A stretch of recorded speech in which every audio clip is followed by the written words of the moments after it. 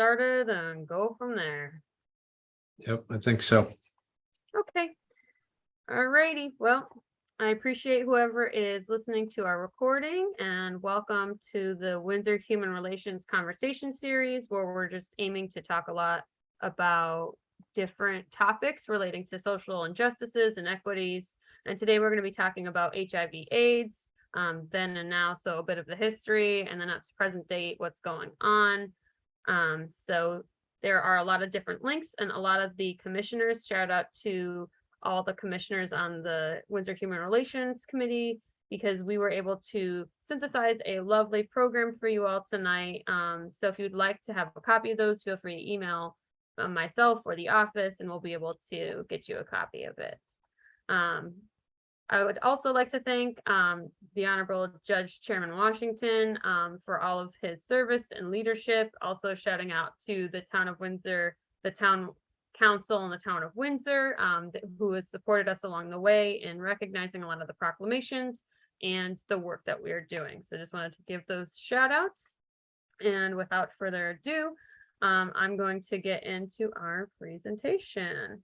So before we get started, we have some ground rules in the conversation where we just try to be as respectful, listening to understand. So seeing with our conversation tonight, even if you have a conversation with yourself or those in your communities, listen to understand, really think about the content from another perspective, speak from your experience, lean into any discomfort or feelings. I know, like, I don't personally have HIV or AIDS, but there may be other people who I could help with the knowledge that I've learned or assist more. Confidentiality, anything that's shared here stays, and then any of the lessons that we've learned leave and go out into the community.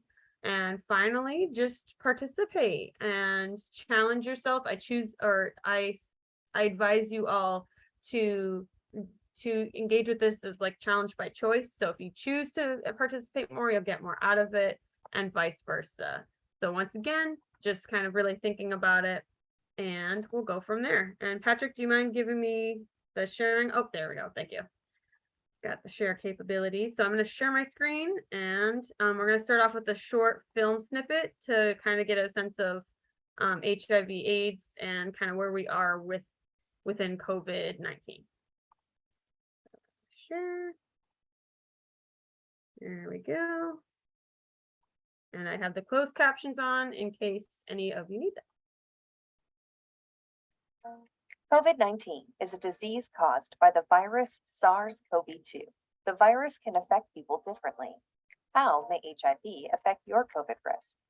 For people living with HIV, the three main risk factors that can increase the risk of serious illness from COVID-19 are a weakened immune system, underlying health conditions, and older age. If you are on HIV treatment with an undetectable viral load and a strong immune system with a CD4 count above 200, you are not expected to be at higher risk of severe illness from COVID-19. However, if you are not on HIV treatment, or if you have a low CD4 count, you may be at increased risk of severe illness from COVID-19.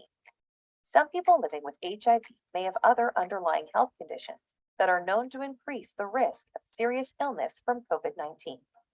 The risk of serious illness from COVID-19 also increases for everyone with age, regardless of HIV status. What can you do to protect your health during the COVID-19 pandemic? Stay engaged in healthcare and manage any related health conditions to remain healthy and minimize your risk of serious illness from COVID-19. If you are not on HIV treatment, consider starting treatment as soon as possible. If you are on treatment, ongoing adherence is also important.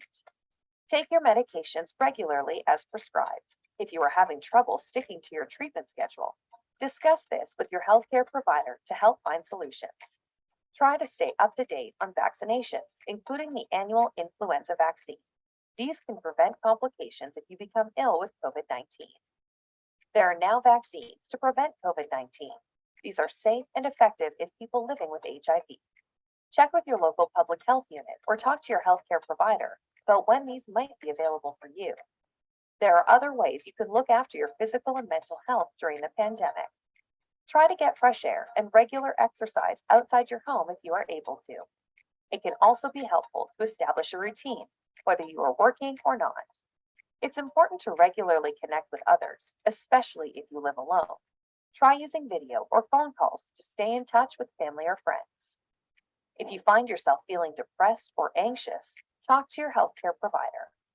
You may be asked to self-isolate if you have been in contact with someone with COVID-19 or if you test positive for COVID-19. Discuss how you could get food and medications with your friends, family, or healthcare team. During the COVID-19 pandemic, there may be some changes to your HIV care. Your regular monitoring appointments with your healthcare provider or lab tests may be less frequent.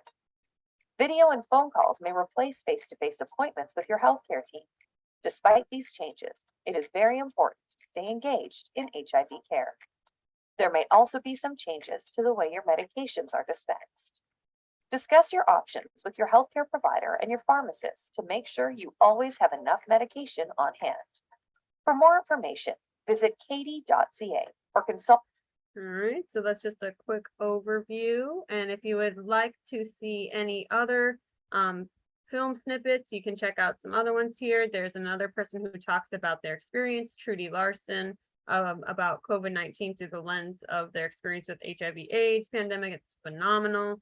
So it is a bit longer, so I highly suggest that you take a look at that if you get a chance. And all of this can be sent out to you once again.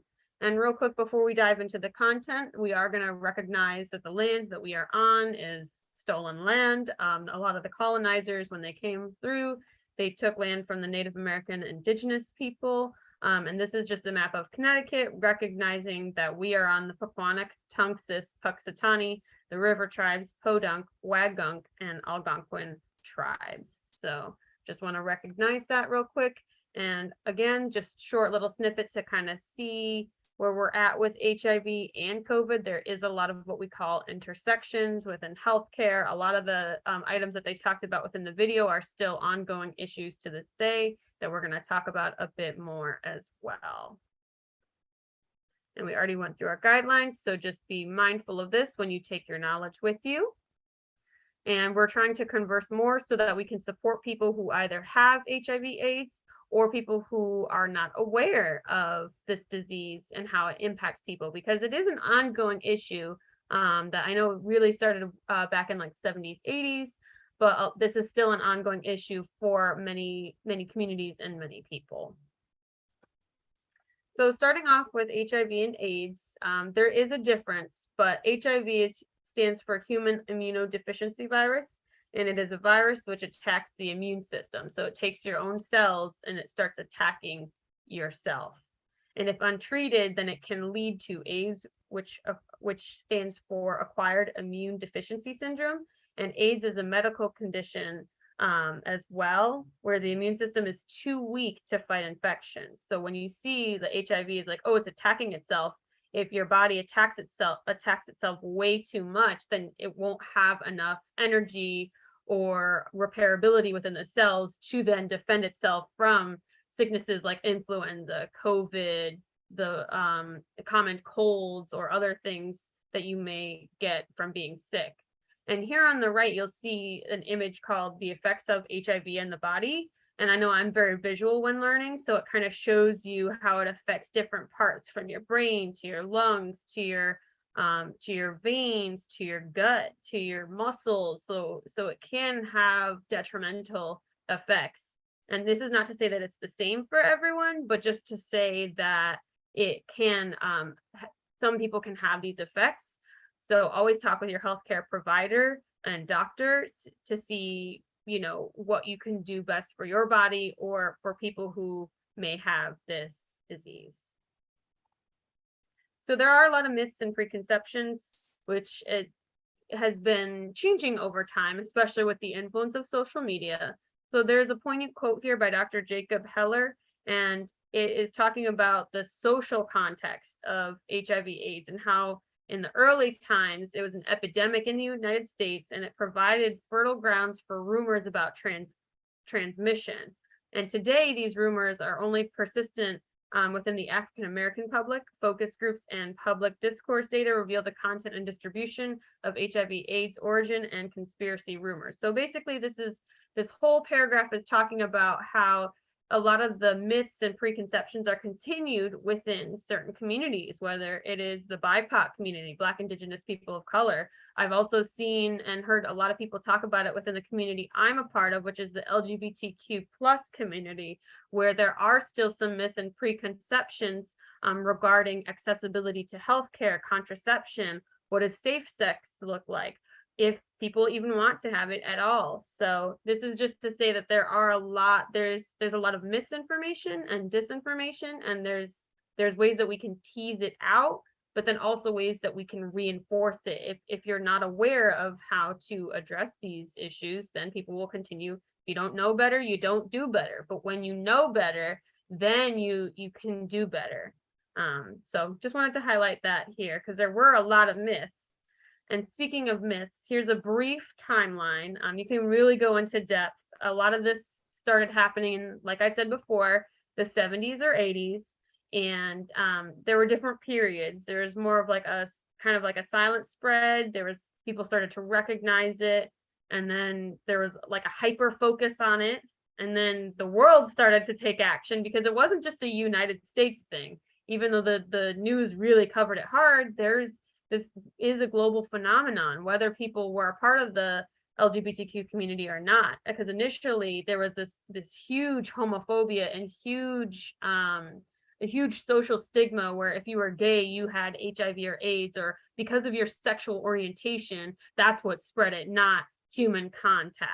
And that is wrong. That's a part of the myths and preconceptions, where we need to start to break that stigma, because some people still believe that to this day, where it's like, oh, well, if I'm a part of this community, I can get sick or this or that. And it's like, it's not about your identity. It's about how, like, what you do with your body and how you interact with others.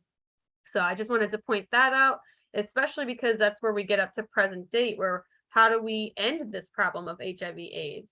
How do we educate people? How do we destigmatize it? Because people with HIV/AIDS are severely discriminated against, whether it's because of their sexual orientation or their race and ethnicity, or if it's because of their class and if they can afford it, or their gender. There's a lot of different identities that come into play here. So how do we end the problem? Because there was never any clear resolution when you look into the history of it. There's just testing, there's some antiviral treatment, and there's been a lot of attempts at developing a vaccine. There's actually one recently in 2021, 2022. I saw an article on it that came out where they had tried, and some of the trial runs, they had, like, some were kind of sparsely available, but the vaccine did wind up failing. But a lot of the research that is coming out has been prevalent towards helping people who've had HIV/AIDS for a very long time. Also, another great resource is Queen. I don't know if you've seen that movie. It is phenomenal. And then they talk about Queen's impact on the conversation as well. And then here on your left, you'll see kind of the milestones, not only with social, but scientific history, including the CDC, where the red ribbon came from, the FDA, and a lot of different researchers who have continuously poured in to finding a cure or finding better treatments for people who have this virus. So just to continuing onwards, like I said before, it's not about your identity, it's about what you do with your body. And a part of that has to do with how we can stop HIV/AIDS. And once people started to realize that, that's where, like, you can use contraceptives like condoms, or they make other internal ones like IUDs and other things that don't prevent HIV or AIDS. However, it is still good to be aware of which ones do prevent HIV/AIDS and which ones do not. So you'll see that in the 90s, there were effective HIV treatments, and that it's not a death sentence, because originally it was very, like, once you had that diagnosis, it's like you have X amount of days, weeks, or months to live. And that's really hard news if you go to the office and it's like, wow, like I was expecting different results, and this is what people went through. So great, like, thankfully a lot of researchers were able to come out with effective HIV/AIDS treatments, but again, it's still in the works. And new treatments have come out in 2012, and in 2021, 2022, there have been continuous treatments, especially with the DNA and RNA strands.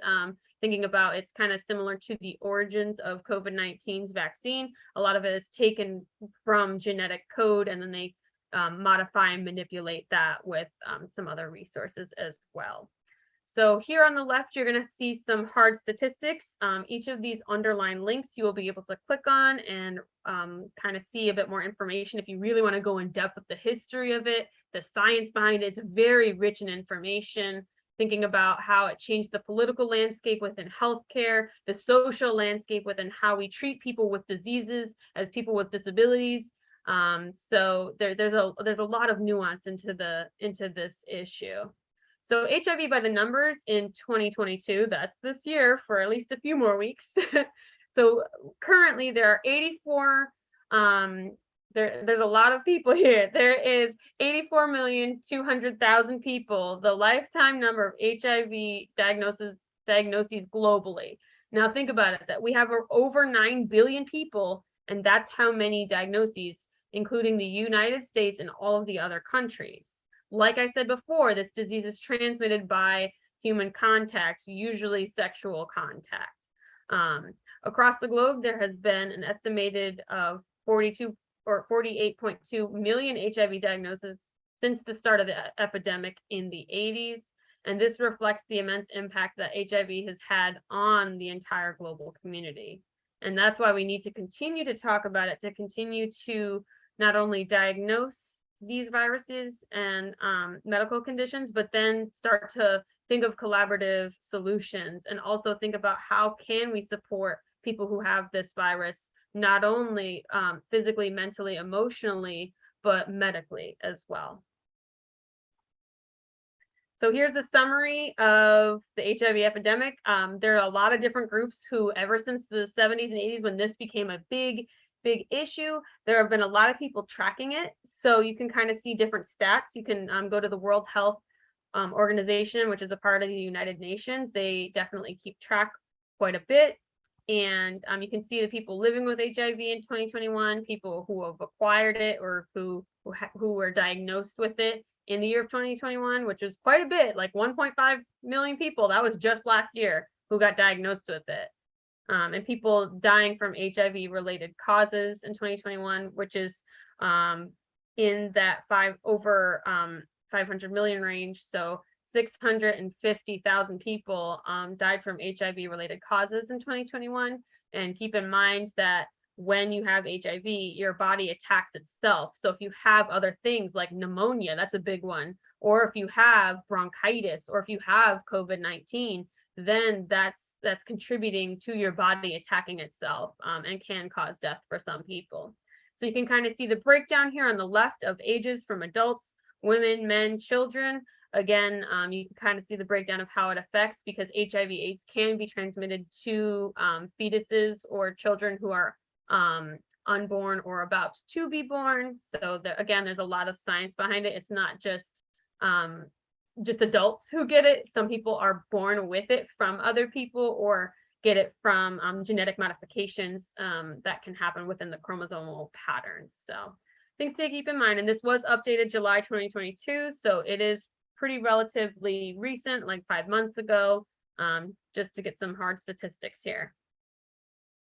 And currently, just to think about the current impact here on the world, there, again, like I said before, even though vaccines fail, it still highlights that how like people won't give up. People will continue to keep trying until there is a cure, until there is better treatment for people who have this disease. There's a lot of new innovative research strategies and a lot of things going on. And you'll see here, there's a really great presentation or a Prezi where it'll bring you through the history of HIV and AIDS, starting with the United States, and then how it fits into the rest of the world and how the rest of the world has also tried to cope with it as well. So if you'd like, you can check out any of these links below. Fantastic, really knowledgeable to see how it has shifted the world's perspective, how originally it's this horrible stigmatized thing, and how people like Queen, who is a British artist, like phenomenal musician, and there were other prominent celebrities who stepped up and supported as well, saying, nope, we are going to break the stigma. They had a lot of music events and different auctions to help raise awareness and raise money to help address this issue. So definitely, if you get a chance, check that out. And we have has the HIV/AIDS epidemic changed over the past 30 years? Because it's been a long time. And the CDC, once again, they do not only vaccines, but they do track a lot of different diseases and viruses over time. So the data that they recently collected has revealed notable shifts in the epidemic in the United States specifically, with a higher proportion of new infections today occurring among young men who have sex with men, MSM, racial ethnic minorities, and women. So just thinking about it, again, it's like you may see that certain populations with certain identities are disproportionately impacted by access to treatment, access to adequate care, and access to understanding the information in a language, or being or having accessibility if they're neurodiverse or physically, or a person who has a physical disability, to be able to have access to better treatment. So over the past 30 years, the boundaries between these groups at greater and lesser risk for contracting the virus have been dissolving. So from 2005 to 2008, the estimated HIV diagnoses increased, particularly with gay men, and risky sexual behavior linked to substance abuse exacerbates the trend. So when you add more variables on top of it, let's say you have sexual orientation, and then you add the use of drugs, or if you add, another social identity on top of it, your risk becomes higher over time, or gets complicated. So if you'd like to hear some more information, scientific, I know this it gets into the nitty-gritty details, feel free to check out the research report where they flat out give you the data, go in depth with the data. So if you're interested in that, it's from the National Institute on Drug Abuse. So they really, really dive into it a bit deeper. And finally, here are some helpful resources. So if you know of anyone who has HIV/AIDS, or someone who is worried that they may contract the virus, or if their partner who they are, or if their sexual partner who they are with is unsure, definitely check out some of these resources. It leads directly to healthcare providers. For some of them, mental health care providers. There's additional resources within the state of Connecticut, within the New England region. And the top 4 steps here to take after an HIV diagnosis from the Body Project. They have quite a few resources, as well as to find your community, to rest, consider therapy, and stay safe, and have have positive sex. However you like to interpret with that. So, but these are just some helpful resources. Again, if you or anyone you know needs them, and there are specific ones for Black, Indigenous, people of color, for people who are part of the LGBTQ+ community as well. So definitely check out a bunch of these different links. All right. And this is where I encourage you all to pause, and you can jot down some of your notes or ideas about what you've learned in this conversation so far, or presentation, I should say. Think about if you know of anyone who has this virus, and and try to put yourself in their shoes. What would you do? What would you say? How would you live life differently? So I always encourage people to reflect from another's perspective. Real quick, this would be a community conversation, but you can also have this conversation with yourself. Everyone has different levels of comfortability, and that's okay. I always welcome people, whether you like to talk out loud, or if you're a writer. I know I write every night before I go to bed to just jot all my thoughts out. So if you are a writer, or you want to continue this in your own communities or your circles where you have these in-depth conversations, I have some questions for you all to really consider, which include, the first one is, in your own words, how would you describe the challenges that people with HIV/AIDS face?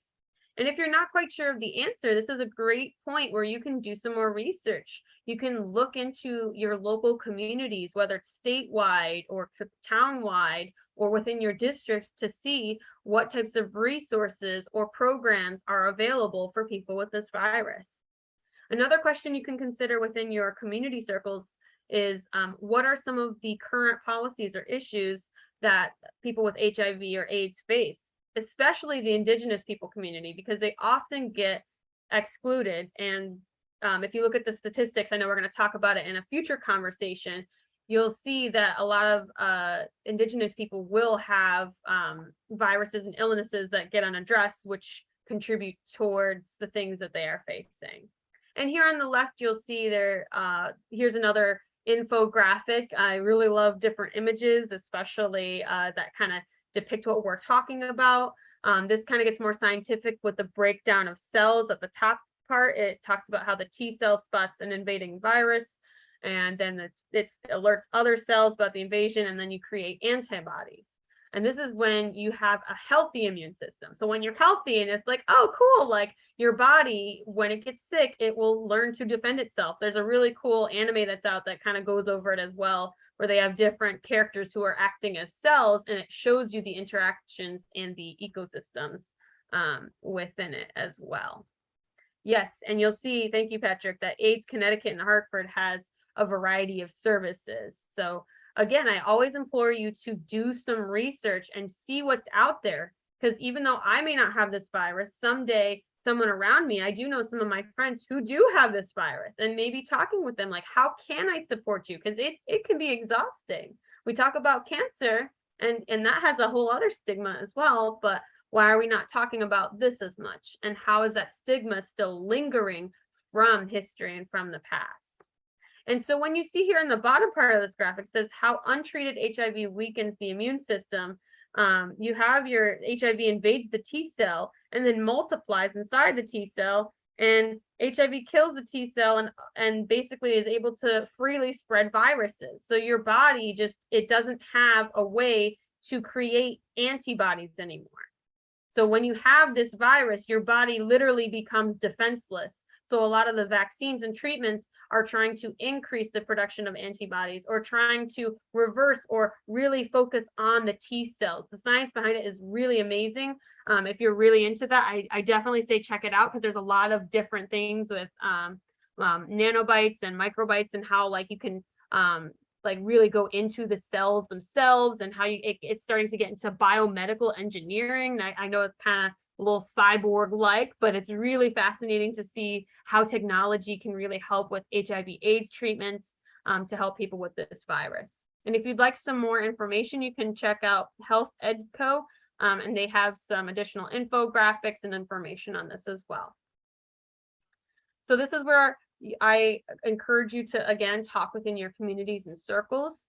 You'll see here about how HIV/AIDS leads to disease and death for across different spheres within the individual community, within households and communities and institutions. You can see how all of this feeds into itself with different health decisions that people make, how the frequency of infections increase, and how it's accelerated and decreased and increased over time. So definitely check this out if you'd like some more. And this is really showing the impact of HIV/AIDS on the agricultural sector, how having a virus, or how a lot of people who've had this virus who work in that industry, how has that impacted their ability to live in their communities, and how has that impacted the workforce, which I know in our event tomorrow we'll be talking about as well. So just thinking about the intersection of healthcare and agriculture, which people often don't do, but it is necessary to really talk about, especially with the environmental implications, and how the environment feeds into our well-being, and our well-being feeds back into the environment, whether it is a positive or negative way. So again, I like the infographics, but just putting that out there. And finally, if you get a chance, I really encourage you to check out what is PrEP and PEP, and this really starts to differentiate certain types of treatments. So if you are someone who has this virus, you can check that out. Or even if you're someone who really wants to get down into like the nitty-gritty science details, it's quite fascinating. So that resource is there on the left. And here are the final few questions, where if you are talking with yourself and being reflective in a journal, for you to think about, or if you're talking with your community and circles, here are some questions. The first one is, how does social media have a positive and negative influence on people with HIV/AIDS?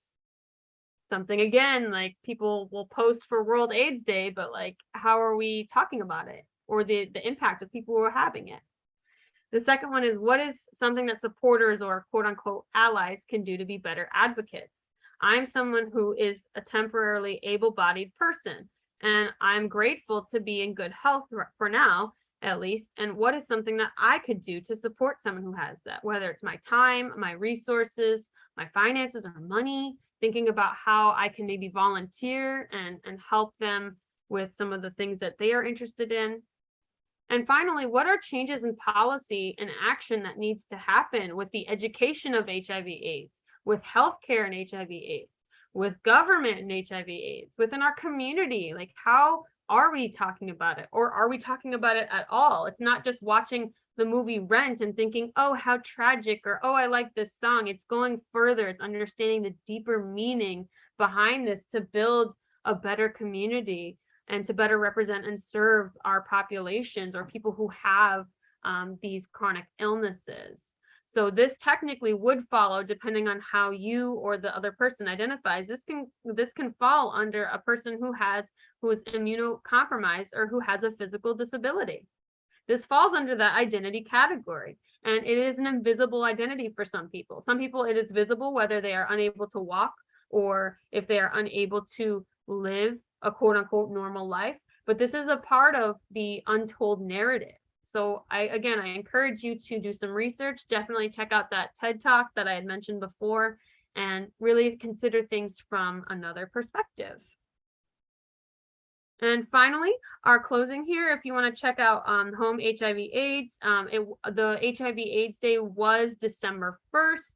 And I know it is December 9th, but nevertheless, it is always good to have this conversation. I know the University of Connecticut does an art collection. There are a lot of different events that go on throughout the month of November and December to raise awareness and continue the conversation. So again, feel free to check it out this year and next year, but know that just because we're not talking about it doesn't mean that it's not an issue.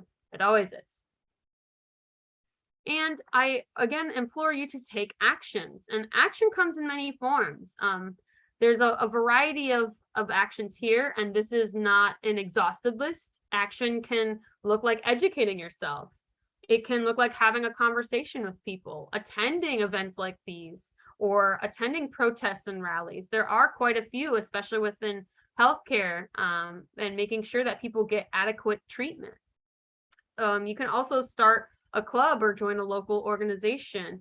You can sign petitions. You can listen to people who have different perspectives or identities than your own and really learn from one another. So there's no hierarchy of action, just kind of more of a universe of different things that can be done at different moments in time. So I might understand this issue one way as I am now, in this day, in this moment, in this time, and tomorrow, or maybe even next year, I may have a completely different understanding from the people who I've met, from the education that I've done for myself and those around me. So I always implore you to do more and be free as you are.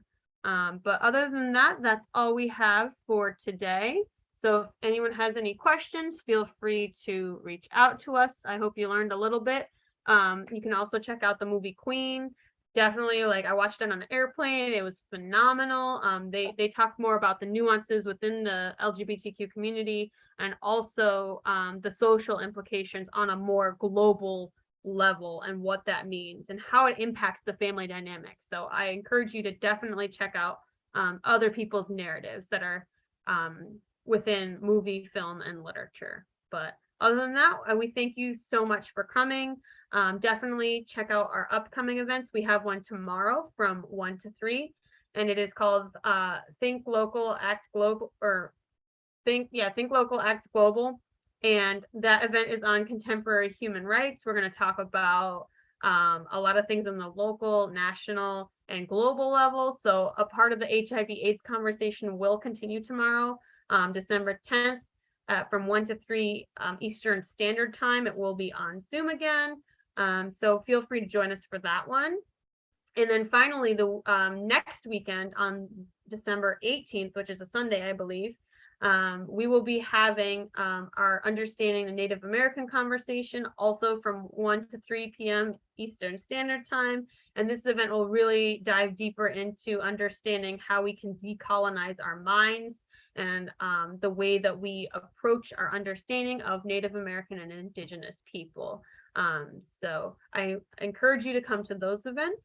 And after that, in January, all the way through to the end of up to Juneteenth, the Windsor Human Relations Commission has quite a few events planned. So I really encourage you to show up to some of these awesome events and see if you can volunteer or become a part of our commission if you live in Windsor. If not, you can always follow us on social media.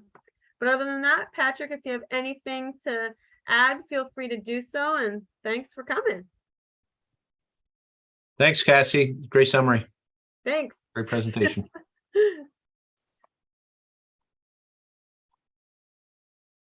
Awesome. All right, perfect. I'm glad that we got to do that.